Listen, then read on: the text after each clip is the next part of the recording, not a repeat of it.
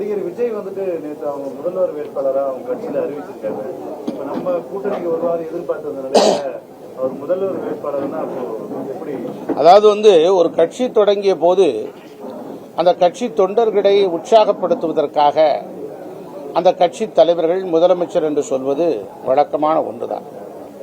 ஆக அண்ணா திராவிட முன்னேற்ற கழகம் ஒரு பெரிய கட்சி, 7 முறை ஆட்சியில் இருந்த கட்சி இன்று 8வது முறையாக தொடர்ந்து எதிர்க்கட்சியாக இன்று இருக்கிறது. நாளை 8வது முறையாக முதலமைச்சர் என்கிற அரிய வாய்ப்பை எடப்பாடியார் பெறுவார். அண்ணா திராவிட முன்னேற்ற கழகம் அந்த வாய்ப்பை பெறும்.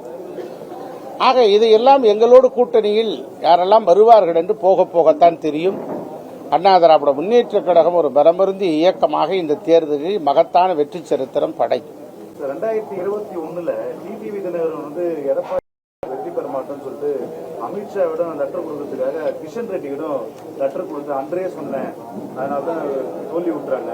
இந்த வாட்டி இவரே இருந்தா டிடிவி தினகரன் இல்ல, கட்சிக்கு எதிராக இருக்கிறவர்கள், கட்சியை பலவீனப்படுத்த முயற்சி செய்து கொண்டிருக்கிறவர்கள், கட்சியை எப்படியாவது ஒரு குடும்ப கட்சியாக மாற்ற வேண்டும் என்று நினைக்கிறவர்கள் எல்லாம் அண்ணா திராவிட முன்னேற்ற கழகத்தை பற்றி கவலைப்பட வேண்டிய அவசியமில்லை.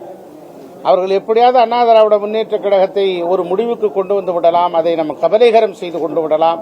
அந்த அண்ணா திராவிட முன்னேற்ற கழகத்தினுடைய கபலீகரம் செய்து கொண்டு விட்டால் ஒரு குடும்பத்தின் கொடையின் பிடியில் அண்ணா திராவிட முன்னேற்ற கழகத்தினுடைய தொண்டர்களை அடக்கி விடலாம் என்று நினைத்தார்கள். ஆனால் ஒரு சாதாரண ஒரு தொண்டன் கட்சிக்கு பொதுச் செயலாளராகவும் முதலமைச்சராகவும் இருந்தார். இன்று எதிர்க்கட்சி தலைவராக இருக்கிறார். அவருடைய தலைமையை ஏற்று செம்மாந்து செயல்பட்டுக் கொண்டிருக்கிறது. நல்ல தீர்ப்பை மக்கள் நமக்கு தருவார்கள். இப்போ அதிமுக ஓபிஎஸ் அணியிலிருந்து திமுக ஜாயின் பண்ணியிருக்காரு, உள்ள போயிருக்காரு. அதே போல பல்வேறு அமைச்சர்கள் அதிமுக இருந்தா திமுக போயிருக்காங்க. அது எப்படி பாக்குறீங்க சார்? திமுக அவங்க கட்சியில் இருக்கவங்களுக்கு பெரிய போஸ்டிங் கிடையாது, செந்தில் பாலாஜி உள்ளிட்டவங்கலாம், அதை எப்படி பாக்குறீங்க?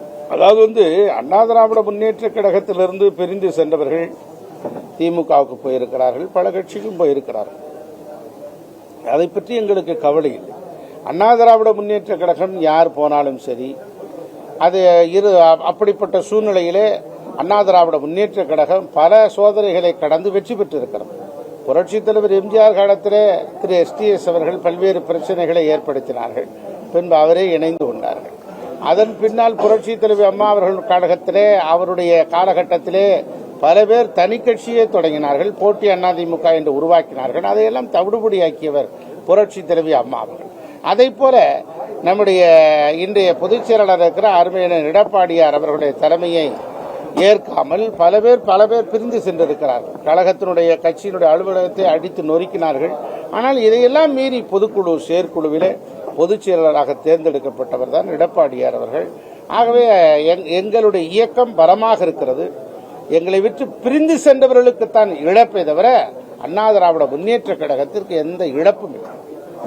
நேரு இடி எங்களை தான் டார்கெட் பண்ணிருக்காங்க இந்த மாதிரி சொல்லுது. செந்தில் பாலாஜிக்கு இந்த மாதிரி ஃபைட் பண்ணும்போது முதலமைச்சர் குரல் கொடுத்தாரு, காணொலி வெளியிட்டாரு, இதுக்கெல்லாம் அஞ்ச மாட்டோம் இந்த மாதிரி.